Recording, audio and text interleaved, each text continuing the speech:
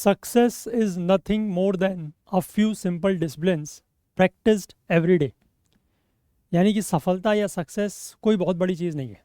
ठीक है, अब जिन लोगों ने अचीव कर ली है उनको ऐसा लगता है कि बहुत बड़ी चीज़ नहीं है, लेकिन जो लोग उस मुकाम तक, उस स्टेज तक नहीं पहुँचे हैं, या मैं कहूँ कि जिन्होंने सफलता का स्वाद अभी तक नहीं चखा है, those who have not tested the success, उनको लगता है कि सक्सेस कोई ऐसी चीज़ है जिसको अचीव करना बड़ा मुश्किल है। ठीक है, तो ऐसा नहीं है। सक्सेस को अचीव करना बहुत मुश्किल नहीं है। The only thing is that you have to practise certain things. ठीक है, आपको कुछ चीज़ें जो हैं वो प्रैक्टिस करनी होती हैं, and you have to be really consistent. उन सभी चीज़ों के प्रैक्टिस करने में बहुत ज़्यादा कंसिस्टेंसी आपको दिखानी होगी, निरंतरता दिखानी होगी। तो वही चीज़ यहाँ पर भी लिखी गई है कि कुछ सिंपल डिसिप्लिन्स हैं जो आपको फॉलो करने हैं और हर दिन फॉलो करने हैं। और अगर आप सिर्फ उन चीज़ों को फॉलो करते हैं रेगुलर बेसिस पर, डेली बेसिस पर, तो you will become successful. There is nothing rocket science in it. ठीक है, कोई रॉकेट साइंस इसमें नहीं है। तो आप लोगों के लिए, जैसे कि आप लोग स्टूडेंट्स हैं, आप लोग तैयारी करते हैं, तो आप लोगों के लिए डिसिप्लिन्स क्या हो सकते हैं, व्हाट आर द डिसिप्लिन्स, यह आप लोगों को भी पता है। ठीक है, कि एक समय पर उठना है, एक दिन में इतने घंटे पढ़ना है, या इतने सब्जेक्ट्स कवर करने हैं। ठीक है, कहाँ कहाँ पर आपका जो टाइम यूटिलाइज हो रहा है दिन में पूरे 24 आवर्स में, या कहाँ कहाँ पर टाइम वेस्ट हो रहा है, उस चीज़ का एक ट्रैक रखना है।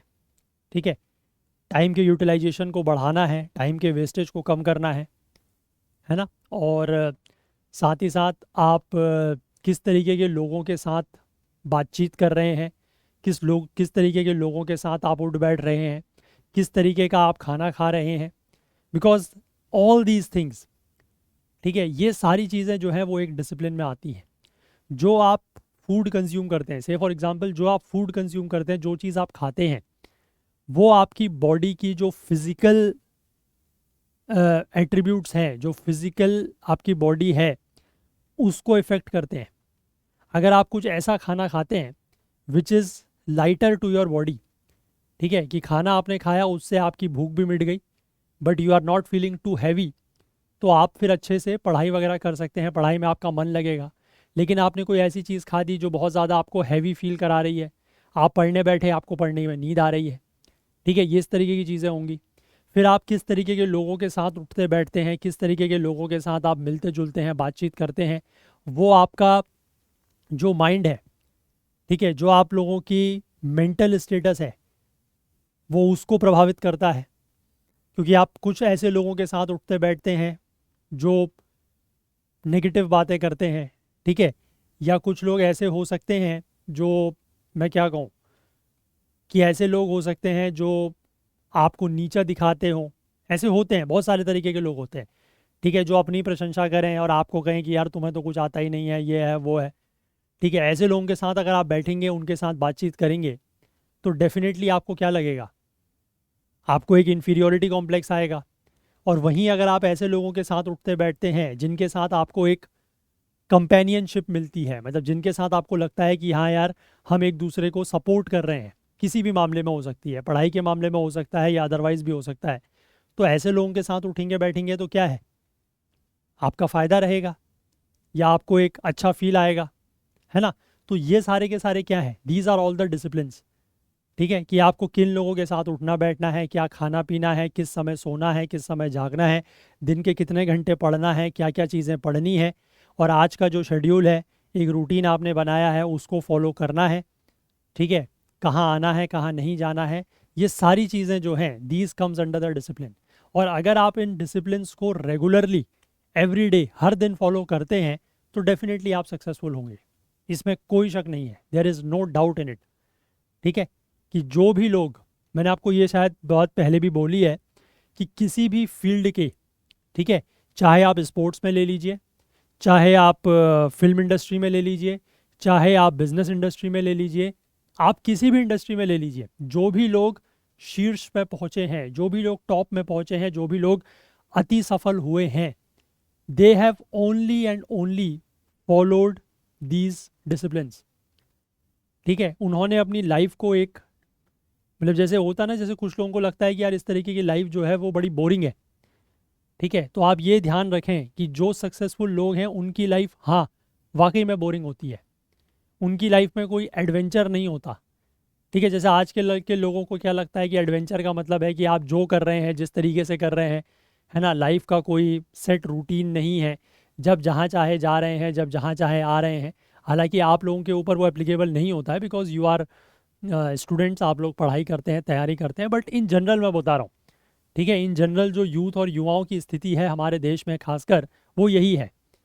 ठीक है, और अदरवाइज़ अगर उनको एक रेगुलर लाइफ फॉलो करनी हो पड़ रही है, एक रूटीन लाइफ फॉलो करनी पड़ रही है, तो दे फील कि ये बड़ी बोरिंग लाइफ है। ठीक है, बट हाँ, बोरिंग लाइफ से ही सक्सेस मिलेगी, ये ध्यान रखिएगा। सक्सेस वो एडवेंचरफुल लाइफ से नहीं मिलेगी, वो एडवेंचरस लाइफ से सक्सेस नहीं मिलेगी। ठीक है, वो जस्ट मौज मस्ती, शोरगुल, हो हल्ला, एक दिन दो दिन का सही लगता है, बट नॉट एवरी डे। ठीक है, आप आई होप इस बात को समझ रहे हैं। और अगर आप किसी भी सक्सेसफुल पर्सन की स्टोरी पढ़ें, सुने, जाने, तो आपको ये पता लगेगा एक कॉमन कैरेक्टरिस्टिक, है ना, एक कॉमन ट्रेट, एक आप कहिए कि कॉमन एक गुण है जो सभी में आपको मिलेगा, और वो यही है कि they follow a very boring life. ठीक है, बोरिंग इन द सेंस वही कि आपको एक रूटीन फॉलो करना पड़ रहा है। अब उन लोगों को या कुछ लोगों को उस चीज़ में भी इंजॉयमेंट लगता है कि when they are following that kind of a routine life, but so called आज की जो majority of the youth community है, जो युवा है, उनको लगता है कि ये बड़ी बोरिंग ज़िंदगी है। ठीक है, कि सुबह एक टाइम पर उठना है, उसी टाइम पर ये करना है, ये करना है, ये करना है, ये करना है दिन भर, और रात को फिर उसी टाइम पर जाके सो जाना है। अगले दिन फिर उठना है उसी सेम टाइम पर, फिर दिन भर वही सारी चीज़ें करनी है, रात को फिर उसी टाइम पर सो जाना है। ठीक है, तो उसमें कोई ऐसा एडवेंचर नहीं है, है ना। तो आई होप आप बात समझ रहे हैं। थोड़ा सा बात यहाँ पर ज़्यादा हो गई, बट मेरा कहने का जो अर्थ है वो आई होप आप समझ पाए होंगे कि please follow the disciplines and definitely you will get success. ठीक है, चलिए। तो hello everyone, welcome to Okul India के सबसे अफोर्डेबल लर्निंग प्लेटफॉर्म में आप सभी लोगों का एक बार फिर से बहुत बहुत स्वागत है। 4 अक्टूबर 2024, फ्राइडे यानी शुक्रवार का दिन, और इंडियन एक्सप्रेस न्यूज़ एनालिसिस की आईना सीरीज़ लेकर मैं शांतनु सनवाल एक बार फिर से आपके सामने हाजिर हूँ। तो चलिए शुरू करते हैं और आज के न्यूज़पेपर पर चलेंगे।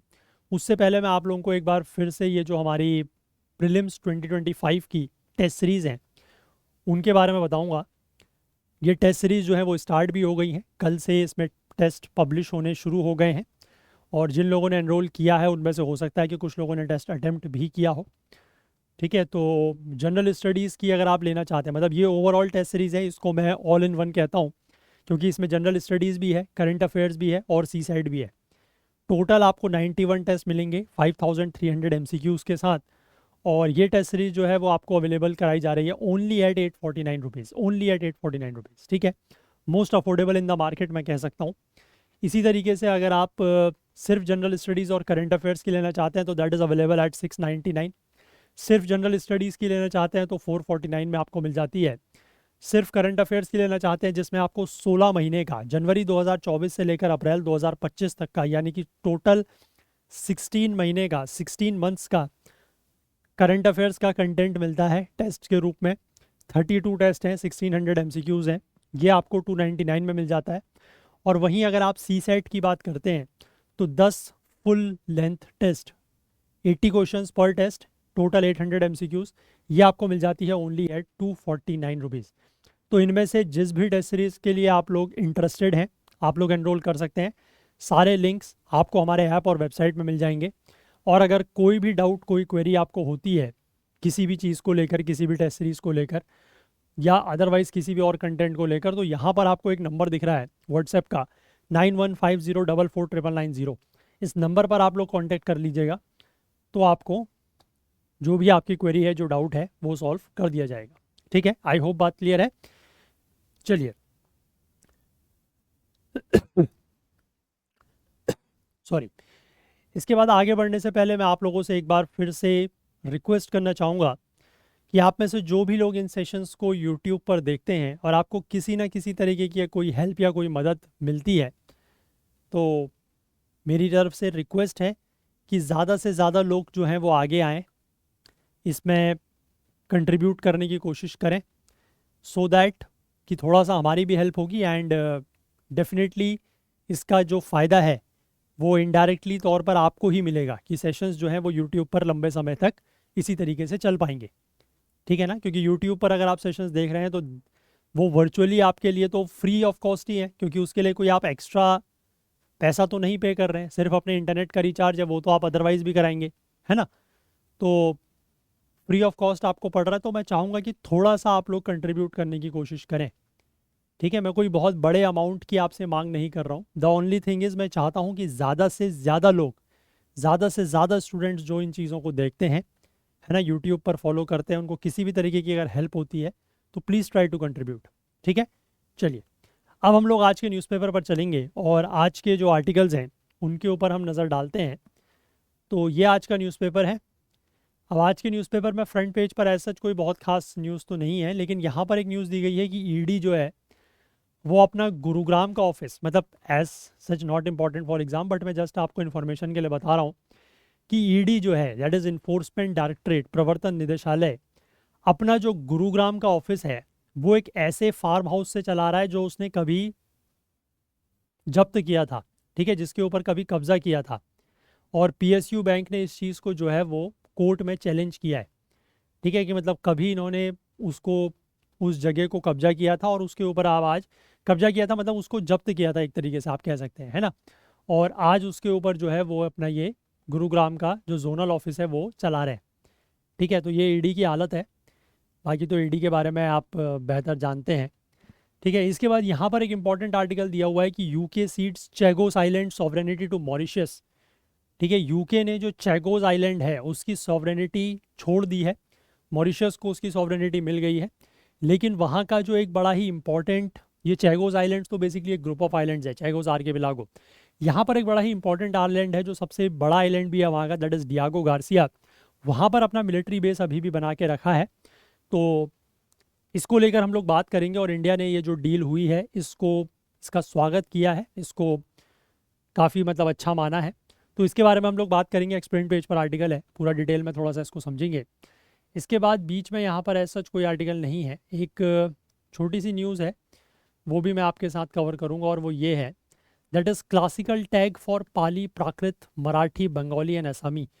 कुछ भाषाओं को यहाँ पर क्लासिकल भाषाओं का, ठीक है, क्लासिकल भाषाओं का यहाँ पर टैग जो है वो दिया गया है। और वो कौन कौन सी भाषाएं हैं जिनको टैग दिया गया है, that is Pali, Prakrit, Marathi, Bengali and असमी।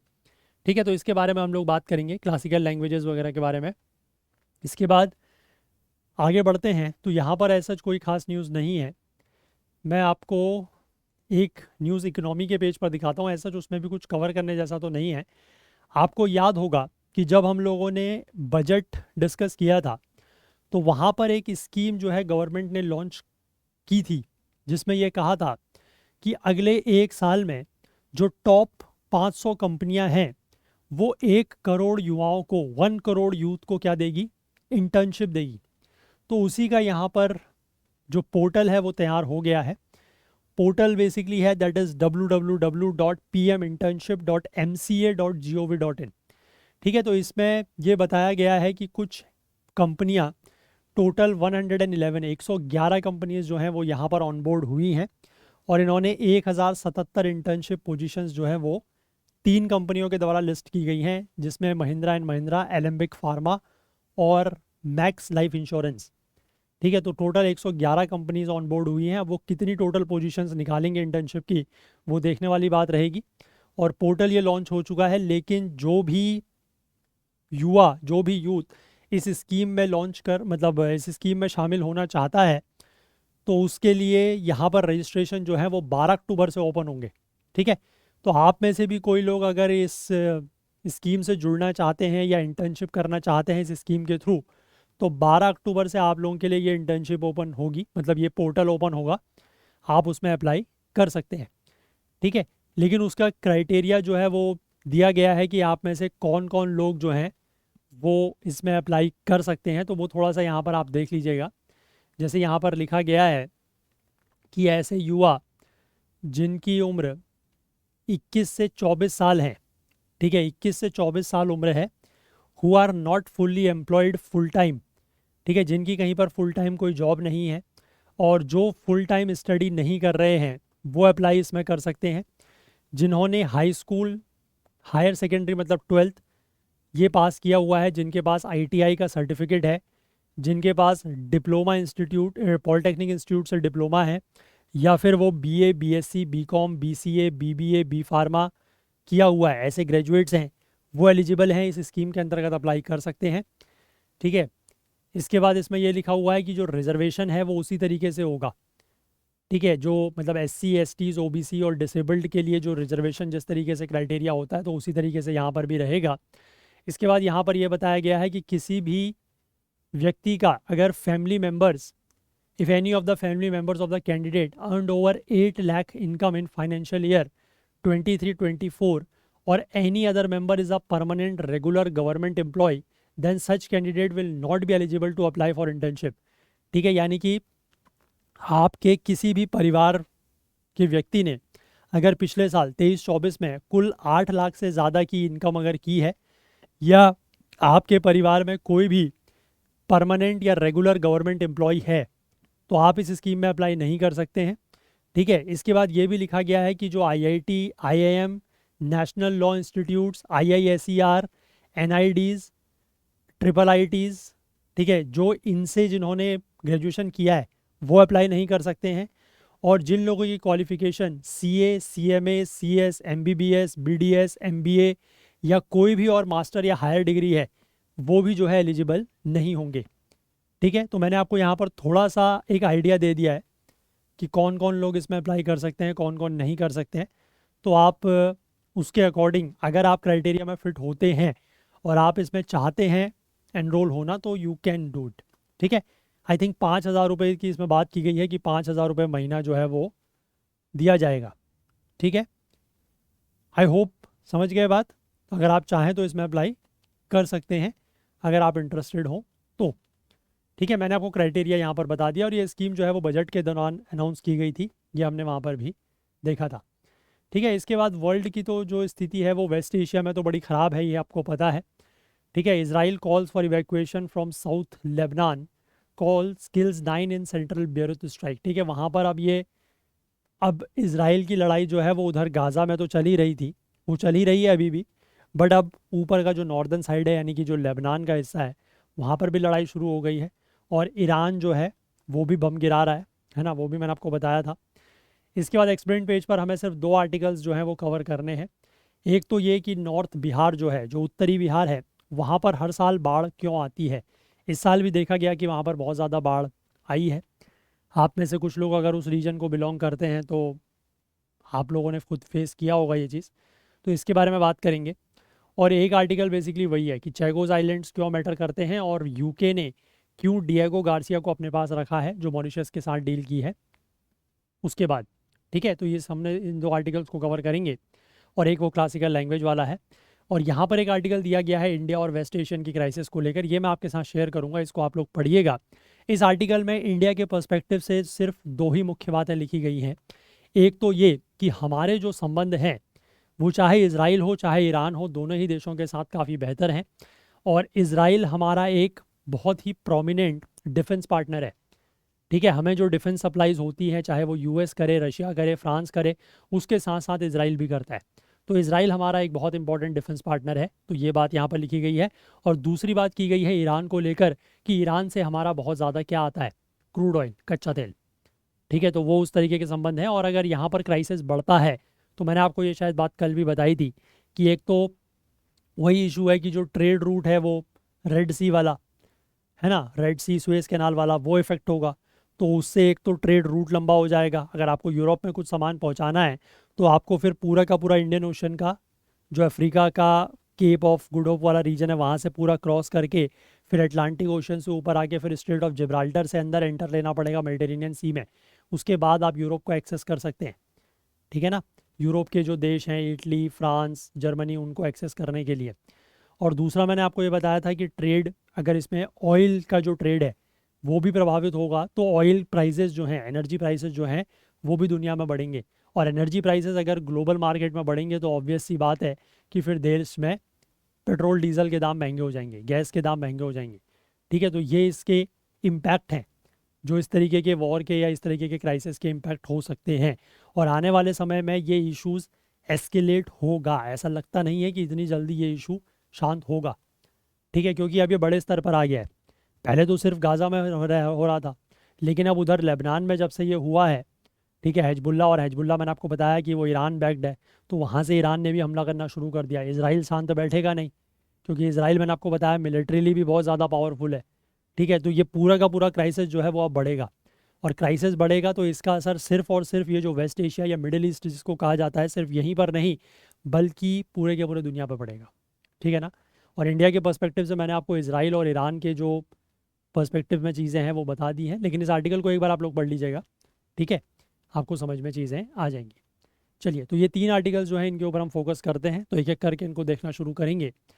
तो let's start with the first one कि classical tag for Pali, Prakrit, Marathi, Bengali and Asami. तो यहाँ पर यूनियन कैबिनेट ने थर्सडे यानी कि कल के दिन एक डिकेड ओल्ड प्रपोजल था, 2013 में यह प्रपोजल आया था महाराष्ट्र की सरकार की तरफ से कि महाराष्ट्र की जो भाषा है दैट इज़ मराठी लैंग्वेज, इसको क्लासिकल लैंग्वेज का दर्जा जो है वो दिया जाए। ठीक है, क्लासिकल लैंग्वेज का दर्जा जो है वो दिया जाए, ऐसा एक डिकेड ओल्ड प्रपोजल था, इसको यहाँ पर अप्रूव कर दिया गया है। और इसके साथ साथ यानी कि मराठी के साथ साथ सरकार ने पाली, प्राकृत, आसामी और बंगाली को भी क्लासिकल लैंग्वेजेस डिक्लेयर कर दिया है। ठीक है, तो यहाँ तक आप बात समझ गए। तो ये नोट डाउन करिएगा, ये आपके एग्ज़ाम में पूछा जा सकता है। ठीक है, कि आपको कुछ लैंग्वेजेस दे दी गई और पूछा गया कि उनमें से recently which all languages have been declared as और नेम्ड एज क्लासिकल लैंग्वेजेस। तो याद रखिएगा कि ये टोटल मिला के 5 लैंग्वेजेस हैं जिनको क्लासिकल लैंग्वेजेस का दर्जा दिया गया है। एक मराठी, एक पाली, प्राकृत, बंगाली एंड आसामी। ठीक है, चलिए अब इसके बाद यहाँ पर क्या लिखा है कि ये जो क्लासिकल लैंग्वेजेस हैं ये शुरू हुई हैं अक्टूबर 2004 से। ठीक है, उस समय केंद्र सरकार ने एक नई कैटेगरी ऑफ लैंग्वेजेस जो हैं वो क्रिएट किया था, दैट इज़ क्लासिकल लैंग्वेज। और सबसे पहली जो क्लासिकल लैंग्वेज डिक्लेयर हुई थी दैट वाज तमिल। ठीक है, ये ध्यान रखिएगा। अब इसमें जो क्राइटेरिया है कि किसी भी भाषा को क्लासिकल लैंग्वेज घोषित किया जाता है, कि उसका क्राइटेरिया ये है कि एंटीग्विटी ऑफ इट्स अर्ली टेक्स्ट। ठीक है, कि उस भाषा के जो टेक्स्ट हैं वो काफ़ी ज़्यादा पुराने हों, और साथ ही साथ उसकी जो रिकॉर्डेड हिस्ट्री है, उस भाषा का जो रिकॉर्डेड इतिहास है वो 1000 ईयर्स पुराना होना चाहिए।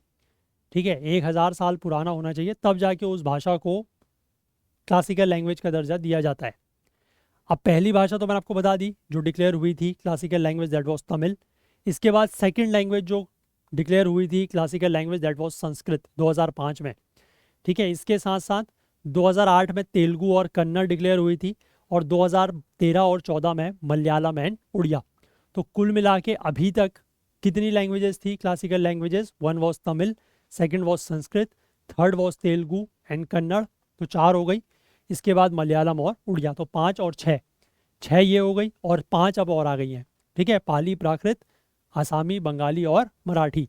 तो ये कुल मिला के 11 भाषाएं हैं जो अब क्या हो गई हैं क्लासिकल लैंग्वेजेस, ये ध्यान रखिएगा।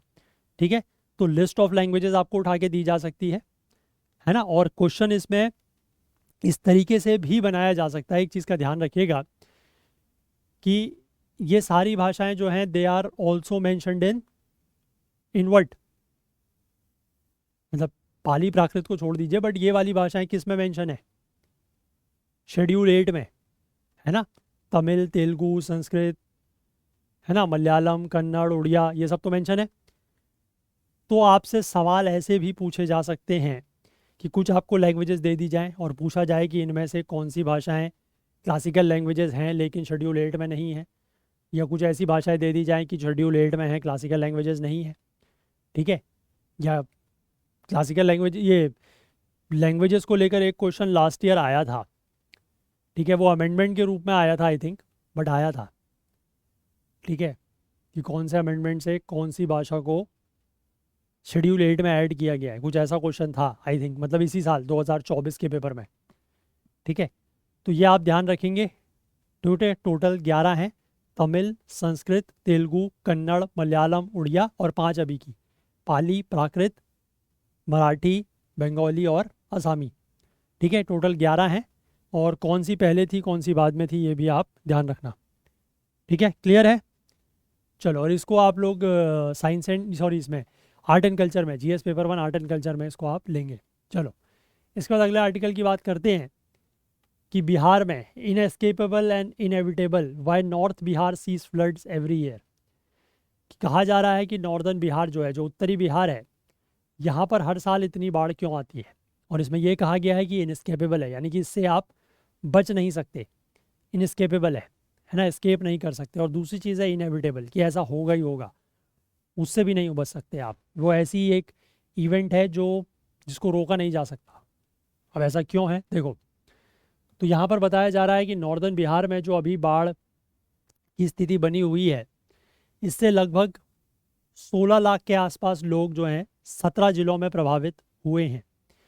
और नॉर्थ बिहार जो है वो हर मानसून सीज़न में वहाँ पर बाढ़ आती है। क्रॉप्स और लाइव स्टॉक जो हैं वो डिस्ट्रॉय होते हैं, और लोग जो हैं वो अपने घरों से पलायन करने के लिए मजबूर होते हैं। And they are forced to survive on air dropped food and relief materials.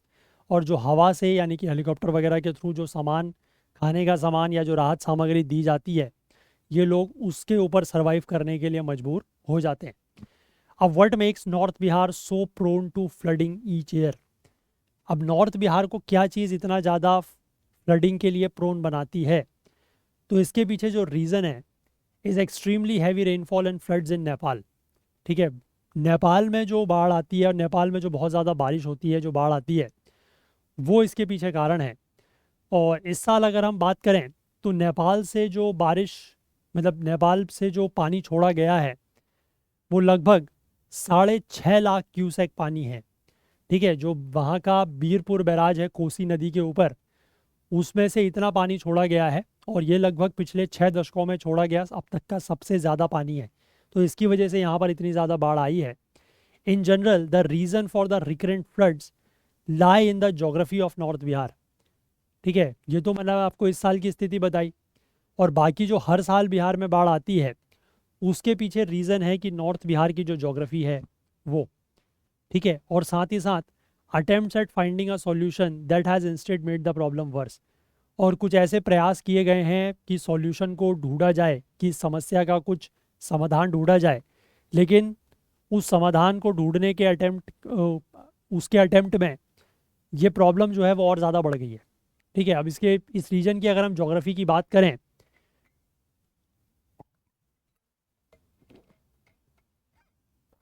तो यहाँ पर यह लिखा गया है कि कई सारी snow and rain fade reverse criss cross Bihar. यानी कि कई सारी ऐसी नदियाँ जिनमें पानी स्नो से आता है या रेन फेड है, बारिश से आता है, वो बिहार से क्रॉस करती हैं। The state which the government's flood management improvement support centre describe as India's most flood prone. ठीक है, यानी कि यहाँ का जो flood management improvement support centre है, वो डिस्क्राइब करता है इस राज्य को भारत का सबसे ज़्यादा फ्लड प्रोन, यानी कि जहाँ पर बाढ़ आने के चांसेस सबसे ज़्यादा हैं। और with about 76% of north Bihar population living under the recurring threat of flood devastation. और यहाँ की नॉर्थ बिहार की जो लगभग 3/4 या 76% के आसपास जो आबादी है, वो लगातार इस खतरे में रह रही है कि फ्लड की वजह से यहाँ पर डिवास्टेशन या नुकसान हो सकता है। अब डिज़ास्टर मैनेजमेंट डिपार्टमेंट जो है वो 4 तरीके की फ्लड्स को आइडेंटिफाई करता है। तो सबसे पहला बताया गया है फ्लैश फ्लड्स। फ्लैश फ्लड जो है वो रेनफॉल इन नेपाल, है ना, जो बिहार जो नेपाल में जो बारिश होती है उसकी वजह से फ्लैश फ्लड्स आते हैं। इसका जो लीड टाइम है वो काफ़ी कम होता है। लीड टाइम का मतलब होता है ऐसा टाइम जो किसी भी इवेंट के फोरकास्ट से लेकर उस इवेंट के होने तक, उस इवेंट के एक्चुअल अकरेंस के बीच का जो टाइम होता है। ठीक है, फ्लड की अगर हम बात करें तो फ्लड का पहले अगर कहीं ऊपर बारिश हो रही है और आपको पता है कि वो पानी नीचे की तरफ आएगा, है ना, अप स्ट्रीम अगर कहीं बारिश हो रही है तो डाउन स्ट्रीम पानी आएगा। तो अप स्ट्रीम में जब बारिश हो रही है तो उसके लिए फोरकास्ट जारी किए जाते हैं कि जो निचले इलाके हैं वहाँ पर बाढ़ की स्थिति या बाढ़ के हालात बन सकते हैं इतने समय के बाद। तो फ्लैश फ्लड्स के केस में क्या होता है कि जब ये इतनी ज़्यादा बारिश यहाँ पर नेपाल में होती है तो फ्लैश फ्लड्स के केस में जो ये है आपका, इसको लीड टाइम कहेंगे, ये काफ़ी कम हो जाता है। तो सिर्फ 8 घंटे का लीड टाइम बताया गया है। लेकिन ये पानी ऐसा है कि एकदम से आता है और एकदम से चला भी जाता है। ठीक। दूसरा जो फ्लड्स है they are known as river floods. इनका लीड टाइम लगभग 24 घंटे का होता है। लेकिन पानी निकलने में, पानी उसके बाद आएगा और किसी इलाके से पानी बह के निकलेगा, तो पानी निकलने में भी लगभग 1 हफ्ते से ज़्यादा का समय लग जाता है। इसके बाद तीसरा है ड्रेनेज कंजेशन इन रिवर कन्फ्लुएंस। ठीक है, इसका लीड टाइम जो है वो 24 घंटे से ज़्यादा है, लेकिन फ्लड जो है वो पूरे के पूरे मानसून के समय रह सकती है। और इसके बाद चौथा जो कैटेगरी या चौथा जो इन्होंने टाइप बताया है वो है there are some permanent water logged areas. कुछ ऐसे एरियाज़ हैं जहाँ पर हमेशा पानी भरा रहता है, परमानेंट वाटर लॉक्ड है। ठीक है, अब ये जो शुरुआती 3 टाइप हैं, ये शुरुआती 3 तरीके के फ्लड्स मेनली बिहार के जो लोकेशन है immediately to the south of Nepal उसकी वजह से हैं, जहाँ पर जो हिमालयन रिवर्स हैं वो कई सारा वॉल्यूम ऑफ लूज सॉइल और सेडिमेंट डाउन स्ट्रीम कैरी करती हैं। और जब इन नदियों में जो पानी है, ठीक है, बारिश की वजह से जब पानी भर जाता है इन नदियों में, और कौन कौन सी नदियां हैं जैसे कि कोसी, गंडक, बूढ़ी गंडक, बागमती, कमला, बालन, महानंदा और अधवारा। तो जब इनमें, क्योंकि ऑब्वियस सी बात है ऊपर से क्या हो रहा है, पहले सेडिमेंट्स वगैरह आ रहे हैं, लूज सेडिमेंट्स, और उसके बाद बारिश आई तो इनमें पानी बहुत ज़्यादा भर जाता है। तो फिर ये अपने जो तट हैं, जो इन नदियों का जो बैंक होता है, उससे पानी ओवरफ्लो होकर बाहर निकल जाता है। ठीक है, तो उसकी वजह से बाढ़ आती है। जो चौथी कैटेगरी है that is permanent water logging is the result of factors including spilling of silted small rivers, encroachment of drainage channels, embankment induced waterlogging, and presence of saucer type depression locally called chores। ठीक है, जो चौथे तरीके का category है, जो चौथा type है that is permanently water logged areas, ये किस वजह से होता है? ये कुछ इस तरीके के फैक्टर्स की वजह से होता है जैसे कि स्पिलिंग ऑफ सिल्टेड स्मॉल रिवर्स। ठीक है, कुछ छोटी नदियाँ हैं उनमें सिल्ट इकट्ठा हो गई है। ठीक है, बहुत ज़्यादा ऊपर से पानी आया, पानी के साथ वही छोटे सेडिमेंट्स, रॉक्स वो आते हैं, तो उनकी वजह से पानी के लिए जगह कम बची है। ठीक है, वो रॉक सेडिमेंट्स वो ज़्यादा इकट्ठा हो गए तो वो नदियाँ स्पिल कर जाती हैं, उनमें से पानी बाहर आ जाता है। ठीक है, इसके बाद ये है कि एनक्रोचमेंट ऑफ ड्रेनेज चैनल्स। जो ड्रेनेज चैनल्स हैं उनमें अतिक्रमण हो गया है, वहाँ पर प्रॉपर ड्रेनेज हो नहीं रहा। इसके बाद embankment induce water logging. Embankment की वजह से जो तटबंध बनाए जाते हैं नदियों के किनारे, उनकी वजह से भी कुछ वाटर लॉगिंग होती है। और साथ ही साथ एक सॉसर टाइप डिप्रेशन। सॉसर का मतलब होता है एक, आप कह सकते हैं बाउल टाइप, कटोरा टाइप। ठीक है, तो उस तरीके के भी कहीं कहीं पर डिप्रेशन या गड्ढे बन जाते हैं जिनको लोकली कहा जाता है चॉर्स, है ना। तो उसकी वजह से भी ये परमानेंट वाटर लॉगिंग होती है। और ये चीज़ें basically flood at hazard atlas of Bihar, जिसको इंडियन स्पेस रिसर्च ऑर्गेनाइजेशन यानी कि इसरो ने सेंट्रल और स्टेट गवर्नमेंट्स के साथ मिलकर बनाया है, उसमें ये चीज़ें दी गई हैं। और चॉर्स जो हैं they are typically created by rivers changing course, कि नदियाँ जो अपना रास्ता बदलती हैं उसकी वजह से इस तरीके के सॉसर टाइप डिप्रेशन या चॉर जो हैं वो बनते हैं। अब इसके बाद कोसी एम्बैंकमेंट्स की अगर हम बात करें तो इस राज्य की जो सबसे ज़्यादा डिस्ट्रक्टिव या सबसे ज़्यादा नुकसान पहुंचाने वाली जो नदी है दैट इज़ कोसी, जिसको सौरो ऑफ बिहार भी कहा जाता है। 1950 में इस नदी के अलोंग जो है वो एम्बैंकमेंट्स बनाए गए थे। ठीक है, तटबंध बनाए गए थे in an attempt to contain it. और नदी के किनारे जो एम्बैंकमेंट्स हैं वो इसीलिए बनाए जाते हैं ताकि नदी का पानी जो है वो एक पर्टिकुलर स्ट्रीम में बहता रहे, इधर उधर ना जाए। ठीक है, उसके बाद उन एम्बैंकमेंट्स की हाइट जो है वो बढ़ाई गई 1987 और 2008 में। ठीक है, और उस समय लगा कि ये एक लास्टिंग सॉल्यूशन है, कि ये काफ़ी लंबे समय तक ये चीज़ काम करेगी। हालांकि उनका भी ब्रीच रिपीटेडली हुआ है। और इस साल अगर हम बात करें तो 4 जिलों में 7 ब्रीचेज हुए हैं, मतलब एम्बैंकमेंट्स भी ब्रीच हुए हैं, और जो एम्बैंकमेंट्स बनाए गए उनके बावजूद जो है वो पानी आसपास के इलाकों में आया है। ठीक है, और इसकी वजह से and have created a problem of their own, और इसकी वजह से भी एक समस्या पैदा हुई है। इसके बाद नॉन इंजीनियरिंग सॉल्यूशंस की भी यहाँ पर बात की गई है। तो कुछ डिकेड्स पहले इस कोसी नदी के ऊपर एक बैराज बनाने की, एक डैम बनाने की बात हुई थी, लेकिन नेपाल के साथ कोई एग्रीमेंट नहीं हो पाया, तो फिर वो प्लान आगे नहीं बढ़ा। और स्टेट जो है वो ये भी कंसिडर कर रही है कि कोसी के ऊपर एक डैम डागमारा में बनाया जाए, दैट इज़ इन सुपौल। ठीक है, गंडक नदी के ऊपर एक अरेराज में बनाया जाए, और तीसरा बैराज जो है वो बागमती के ऊपर बनाया जाए। ठीक है, इस तरीके का प्लानिंग वहाँ पर चल रही है। बट ये जो इंजीनियरिंग सॉल्यूशंस है, यानी कि डैम वगैरह बनाना, ये भी कोई, मतलब ये जो सॉल्यूशंस हैं वो इनफ नहीं है, ऐसा यहाँ पर कहा गया है। इसके बाद यहाँ पर ये कहा गया है कि there are two ways to deal with floods. Floods के साथ डील करने के दो तरीके हैं। पहला ये है कि आप इस तरीके के स्ट्रक्चरल सॉल्यूशंस बना लीजिए, है ना, मतलब इस तरीके के सॉल्यूशंस कर लीजिए, आप डैम बना लीजिए, एम्बैंकमेंट बना लीजिए। या फिर दूसरा है नॉन स्ट्रक्चरल सॉल्यूशन, जिसमें ये है कि ऐसे लॉज बनाएं, पॉलिसी बनाएं, रिस्क रिडक्शन, मिटिगेशन एक्सेट्रा। अब बिहार की जो ज्योग्राफी है उसको तो बदला नहीं जा सकता, तो इसलिए ज़रूरत है कि इस तरीके के एस्पेक्ट्स के ऊपर काम किया जाए कि एडिक्वेट वार्निंग्स दी जाए, ठीक है, क्विक रिएक्शन टाइम हो, अवेयरनेस हो, और फ्लड्स के साथ डील करने की ट्रेनिंग वगैरह दी जाए, तो इससे ज़्यादा फ़ायदा होगा, ऐसा यहाँ पर कहा गया है। इसके बाद फ्लड एटलस में ये भी लिखा है कि minimising the risk and damage from floods may be a more rational way of flood management than formulating structural measures along dynamic river such as the Kosi. तो इस फ्लड एटलस में भी यही लिखा गया है कि फ्लड से होने वाले जो खतरे हैं या जो नुकसान हैं, ठीक है, उनको अगर कम किया जाए तो ये एक ज़्यादा अच्छा तरीका होगा फ्लड मैनेजमेंट का। ठीक है, रादर देन कि आप इस तरीके के स्ट्रक्चरल मेजर्स को फॉर्मुलेट करें या डैम वगैरह बना दें, उससे कोई बहुत ज़्यादा फ़ायदा नहीं होगा, ऐसा यहाँ पर कहा गया है कि फ्लड मैनेजमेंट का बेहतर तरीका ये है कि आप रिस्क और डैमेज जो है, जो फ्लड से हो रहा है, जो बाढ़ से हो रहा है, उसको कम करने की कोशिश करें। तो उसके लिए वही चीज़ है ना, कि एक तो मतलब ये सारी चीज़ें कि वार्निंग्स वगैरह हों, अर्ली वार्निंग्स मिलें, इसके बाद रिएक्शन टाइम जो है वो तेज़ हो, है ना, फ्लड्स के साथ कैसे डील करना है उसकी ट्रेनिंग हो, लोगों में अवेयरनेस हो, ये सारी चीज़ें होंगी, तो definitely this is going to help in better flood management. ठीक है, आई होप बात समझ गए आप। चलिए, तो इस आर्टिकल को आप लोग फ्लड्स वगैरह का टॉपिक ज्योग्राफी में ले सकते हैं। ठीक है, चलिए, इसके बाद एक और आर्टिकल है जो मैंने आपको बताया कि why Chagos islands matter and why UK keeps Diego Garcia after Mauritius deal.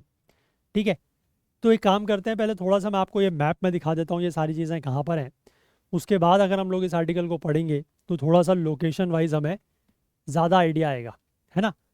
तो थोड़ा सा अगर हम मैप में देखें तो ये हमारा मैप है। ठीक है, ये इंडिया, ये इंडियन ओशियन, सारी की सारी कहानी जो है वो यहीं पर है ना। तो देखो, सबसे पहले अगर हम इंडियन ओशन में चलें तो यहाँ पर हमें अरेबियन सी में मालदीव्स दिखाई देता है।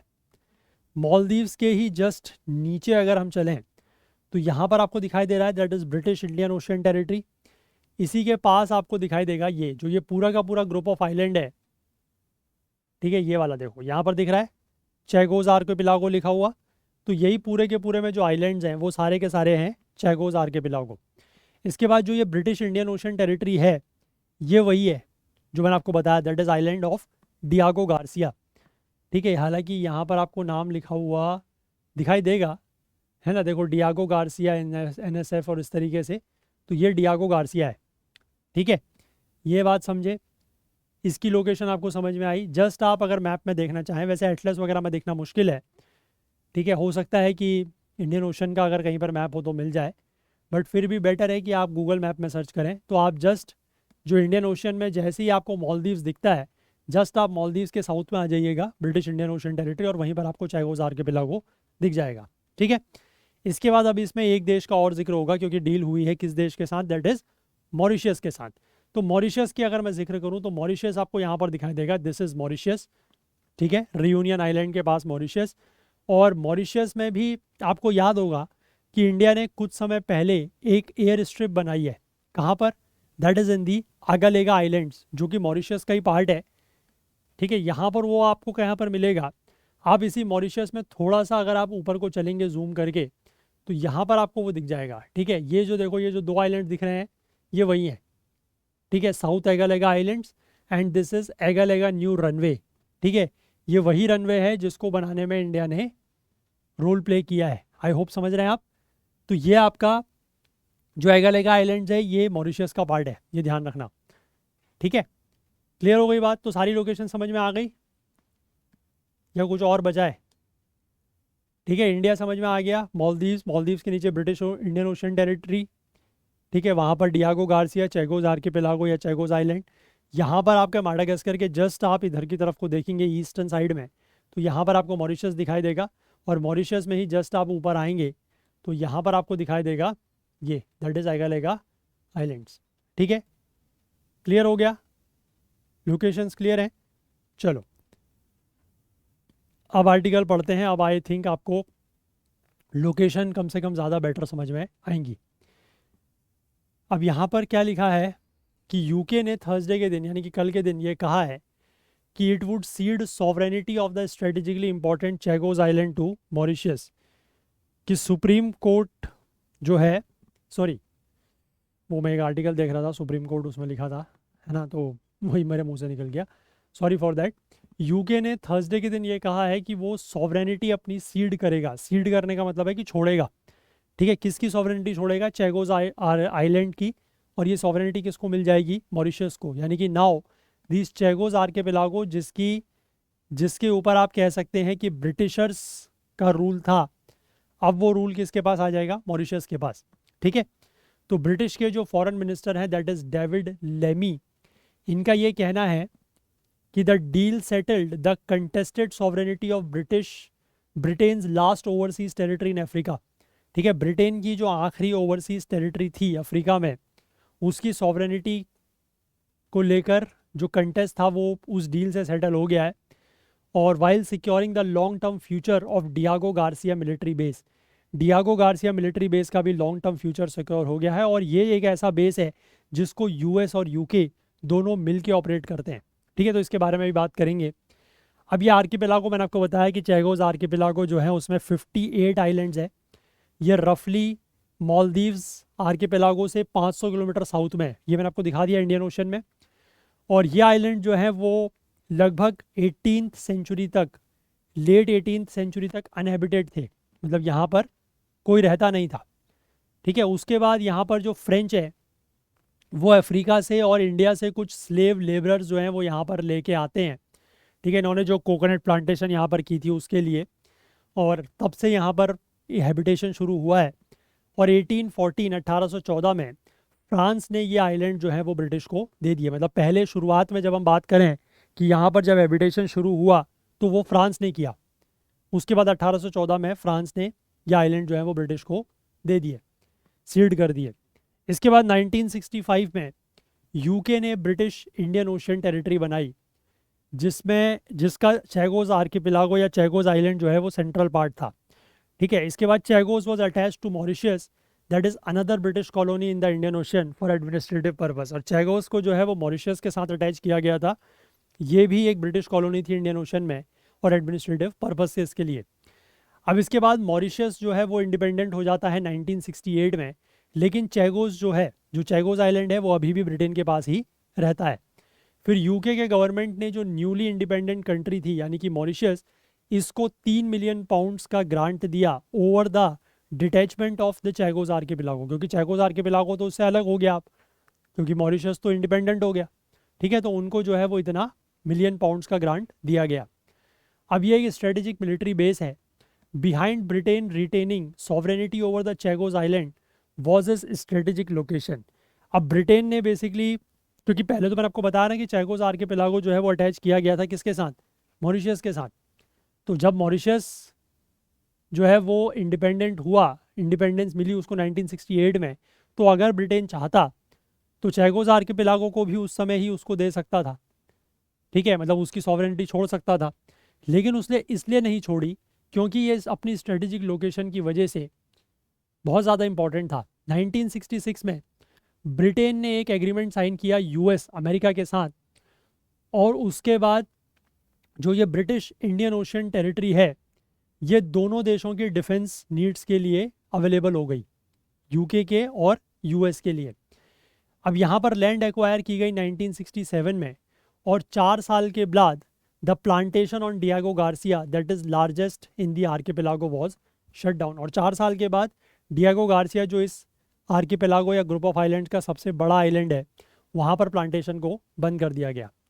इसके बाद BIOT that is British Indian ocean territory administration, इसने फिर क्या किया, इसने एक इमिग्रेशन ऑर्डिनेंस लेके आया और उसमें ये बोला गया कि जो भी लोग it which made it unlawful for a person to enter और remain in Diego Garcia without a permit, कि लोग जो हैं वो अब बिना परमिट के डियागो गार्सिया में एंटर या वहाँ पर रह नहीं सकते।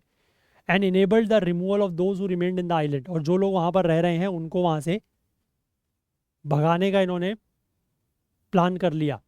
ठीक है, ये चीज़ें इनेबल हो गई और लगभग 2000 के आसपास सिविलियंस जो हैं उनको यहाँ से खदेड़ा गया, किकड आउट किया गया।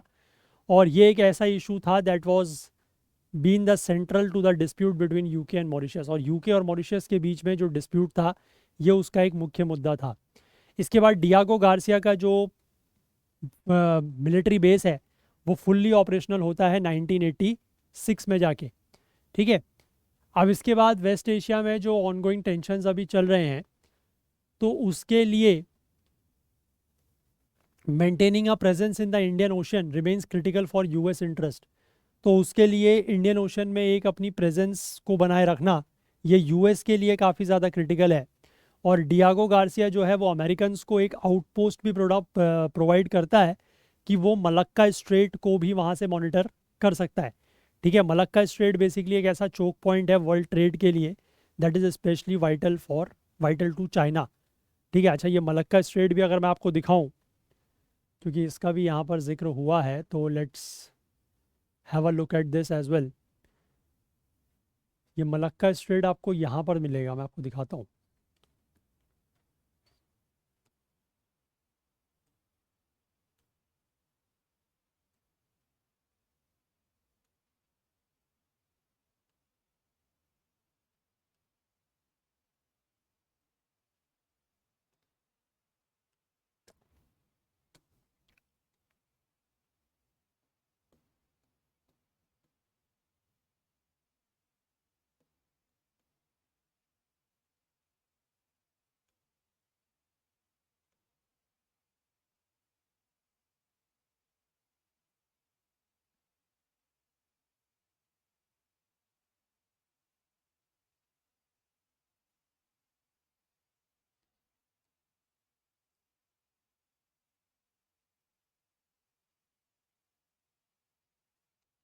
तो यहाँ पर इसने लिखा नहीं है, मैं वही तो आपको बता रहा हूँ कि ये वाला जो है, ये वाला जो स्ट्रेट है, स्ट्रेट ऑफ मलक्का बेसिकली यही वाला है।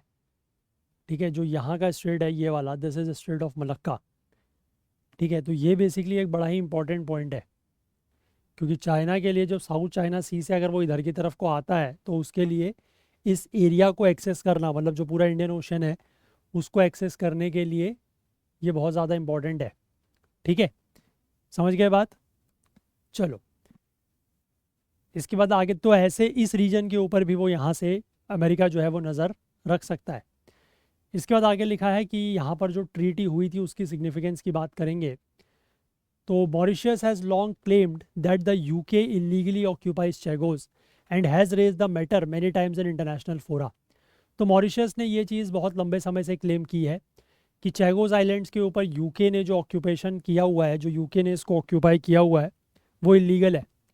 और उसने इस मुद्दे को कई सारे जो इंटरनेशनल फोरम्स हैं, जो अंतर्राष्ट्रीय मंच है, वहाँ पर ये बात उठाई भी है। 2017 में यूनाइटेड नेशन की जनरल असेंबली ने वोट किया था इंटरनेशनल कोर्ट ऑफ जस्टिस से ये पूछते हुए कि वो चैगोस आर्किपेलागो का जो लीगल स्टेटस है उसको एग्जामिन करे।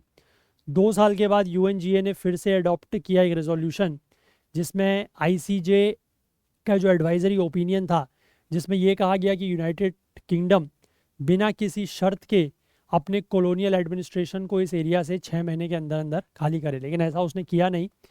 उस समय आईसीजे के जो प्रेसिडेंट थे दैट इज़ अब्दुल कवी अहमद यूसुफ, उन्होंने ये कहा था कि the detachment of the Chagos archipelago in 1965 from Mauritius was not based on a free and genuine expression of the people concern, कि 1965 में जो चैगोस आर्किपेलागो को मॉरिशस से अलग किया गया वो इस बात पर आधारित नहीं था कि वहाँ के जो लोग थे उनकी फ्री और जेन्युइन एक्सप्रेशन वो नहीं था। इसके बाद जो यूके और मॉरिशस के बीच में जो एग्रीमेंट हुआ है उसमें एक बैलेंस है। यूके ने सीड किया है क्लेम्स ओवर द आइलैंड्स और Mauritius is now free to implement a programme of resettlement on the islands of the Chagos archipelago other than Diego Garcia. ठीक है, तो अब क्योंकि ये सॉवरेनिटी बेसिकली फिर से मॉरिशस के पास आ गई है, तो मॉरिशस यहाँ पर जो है वो अब रीसेटलमेंट कर सकता है।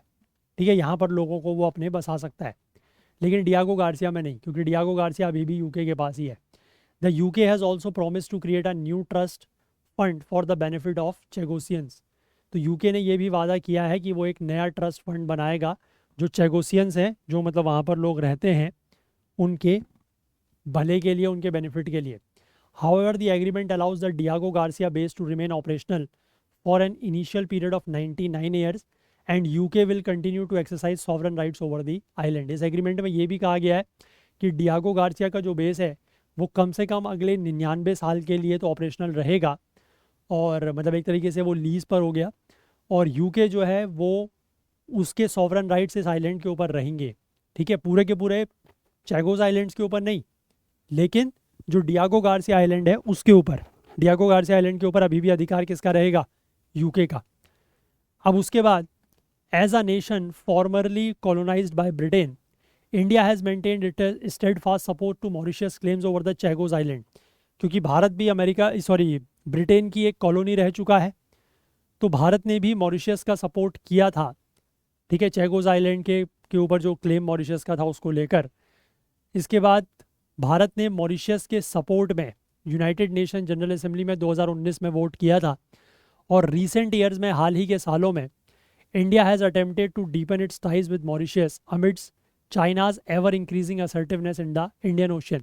और हाल ही के वर्षों में मैंने आपको बताया कि भारत ने अपने जो संबंध है मॉरिशस के साथ उनको और ज़्यादा बढ़ाया है, क्योंकि चाइना का जिस तरीके से असर्टिवनेस बढ़ती जा रही है इंडियन ओशन में, उसको लेकर। और इस साल की शुरुआत में ही भारत ने एक एयर स्ट्रिप और एक जेटी जो है वो यहाँ पर बनाई थी और उसका इनोग्रेशन किया था एगालेगा में, जो एक 2 आइलैंड डिपेंडेंसी है of the Mauritius in the Indian western Indian ocean. जो एगालेगा मैंने आपको आइलैंड दिखाई दिया है ना। तो आई होप ये बात आप समझ गए। अब ये इंपॉर्टेंट है, ठीक है, ये बेसिकली आप वैसे तो इंटरनेशनल रिलेशंस में ही इसको लेंगे, बट ये इंपॉर्टेंट आपका ज्योग्राफी वाइज भी हो सकता है। ठीक है, तो इसीलिए मैंने आपको थोड़ा सा मैप वगैरह दिखाया और उसके ऊपर ज़्यादा फोकस किया, क्योंकि उसके हिसाब से भी ये जो पूरी पूरी न्यूज़ है वो इम्पॉर्टेंट हो सकती है। जिसका जो मैप बेस्ड कंटेक्स्ट है वो भी आपके काम आ सकता है, उसके बेस पर भी क्वेश्चन पूछे जा सकते हैं। ठीक है, चलिए, तो यही आर्टिकल्स थे जो आज हमें कवर करने थे, तो इसलिए सेशन को हम लोग इतना ही रखेंगे। और आप में से जो भी लोग आईना सीरीज़ के जो मंथली कंपाइल्ड पीडीएफ्स अगर वो लेना चाहते हैं, तो उसके लिए आप लोगों के पास ये सारे ऑप्शंस अवेलेबल हैं। आप मंथली अगर लेना चाहते हैं तो eight less than ₹2 per day के हिसाब से आपको 59 रुपीज़ में पीडीएफ मिल जाती है। जून जुलाई अगस्त की लॉन्च हो चुकी है, सितंबर के ऊपर काम चल रहा है, तो वी विल ट्राई कि जितना जल्द से जल्द हो सके उसको लॉन्च कर दिया जाए। इसके बाद इसी तरीके से 16 महीने की पीडीएफ अगर आप लेना चाहते हैं तो आपको 680 रुपीज़ में मिल जाती है। 12 महीने की लेना चाहते हैं तो 510 में मिल जाती है। इसी तरीके से अगर आप 8 महीने की पीडीएफ लेना चाहते हैं तो 345 में, और 4 महीने की लेना चाहते हैं तो 175 में मिल जाती है। और आप प्ले स्टोर से हमारा जो ऐप है वो ज़रूर डाउनलोड करें, और अगर आपने हमारे किसी भी वीडियो कोर्स में एनरोल किया हुआ है तो आप प्ले स्टोर के थ्रू जो आपने ऐप डाउनलोड किया है उसके थ्रू आप वीडियोस को डाउनलोड करके ऑफलाइन भी देख सकते हैं। बाकी हमारे आईना सीरीज़ के जो मंथली कोर्सेज़ हैं या 3 मंथ 6 मंथ्स के जो कोर्सेज़ हैं, फुल कोर्सेज़, अगर आप चाहें तो उनमें भी एनरोल कर सकते हैं। सारे के सारे कोर्सेज़ आपको हमारे ऐप और वेबसाइट में लिस्टेड मिल जाएंगे। कहीं पर कोई कोर्स नहीं मिलता है तो आप हमसे व्हाट्सएप का जो यहाँ पर नंबर दिया गया उसके थ्रू कॉन्टैक्ट कर सकते हैं। बाकी जाने से पहले मैं आप लोगों से एक बार फिर से रिक्वेस्ट करना चाहूँगा कि आप में से जो भी लोग इन सेशंस को देखते हैं और आपको किसी भी तरीके की हेल्प होती है तो प्लीज़ कुछ ना कुछ कंट्रीब्यूट आप लोग करने की कोशिश करें, है ना। सभी लोगों से मेरी ये रिक्वेस्ट है कि कोई बहुत बड़े अमाउंट की मैं आपसे डिमांड नहीं करता। छोटा छोटा अमाउंट भी अगर आप ज़्यादा से ज़्यादा लोग देंगे, कंट्रीब्यूट करेंगे, तो that will be really good. हम पिछले 1-2 महीने से देख रहे हैं, जब से हमने आपके साथ ये डेटा शेयर करना शुरू किया है, कि ऑलमोस्ट 10% लोग जो हैं सिर्फ वही कंट्रीब्यूट करते हैं जितने मतलब लोग देख रहे हैं, है ना। 10% से भी कम, तो बाकी 90% को कोई फ़र्क नहीं पड़ रहा। ठीक है, वो लोग आते हैं, वीडियो देखते हैं, उनको हेल्प होती है, देखते तो तभी हैं, ऑब्वियस सी बात है, बट वो कंट्रीब्यूशन वगैरह नहीं कर रहे हैं। तो मैं चाहूँगा कि वाई ओनली 10%, 100% शुड कंट्रीब्यूट, कुछ ना कुछ अमाउंट आप लोग ज़रूर कंट्रीब्यूट करें, तो ये काफ़ी हेल्पफुल रहेगा और आप लोगों को इसका फ़ायदा मिलेगा कि सेशंस यूट्यूब पर लंबे समय तक चल पाएंगे। तो चलिए, अगर आपको आज का सेशन पसंद आया हो तो लाइक ज़रूर करें, ज़्यादा से ज़्यादा शेयर करें। आपके जो भी डाउट्स हैं, जो क्वेरीज़ हैं, वो आप कमेंट्स में लिख सकते हैं। कोई अगर आप अपना फीडबैक सजेशन देना चाहें तो वो भी कमेंट्स में ज़रूर बताएं। चैनल को आपने सब्सक्राइब नहीं किया है तो ज़रूर करें, बेल आइकन प्रेस करना ना भूलें ताकि वीडियोस की नोटिफिकेशन आपको ऑन टाइम मिल सके, और साथ ही साथ अपना प्यार, अपना सहयोग हमारे साथ बनाए रखें। हाईलाइटेड आर्टिकल्स आपको करंट अफेयर्स ओकुल टेलीग्राम चैनल पर मिलते हैं, जिसका लिंक नीचे डिस्क्रिप्शन में दिया हुआ है, या फिर आप इसको करंट अफेयर्स ओकुल सर्च करके भी ज्वाइन कर सकते हैं, या इस करंट अफेयर इस QR कोड को स्कैन करके भी ज्वाइन कर सकते हैं। तो चलिए, आज के लिए इतना ही रखते हैं, बाकी कल को फिर से मिलेंगे इंडियन एक्सप्रेस न्यूज़ एनालिसिस की आईना सीरीज़ के साथ। तब तक के लिए अपना बहुत बहुत ध्यान रखें। Please do take care of your self. Thank you, have a nice day, bye bye.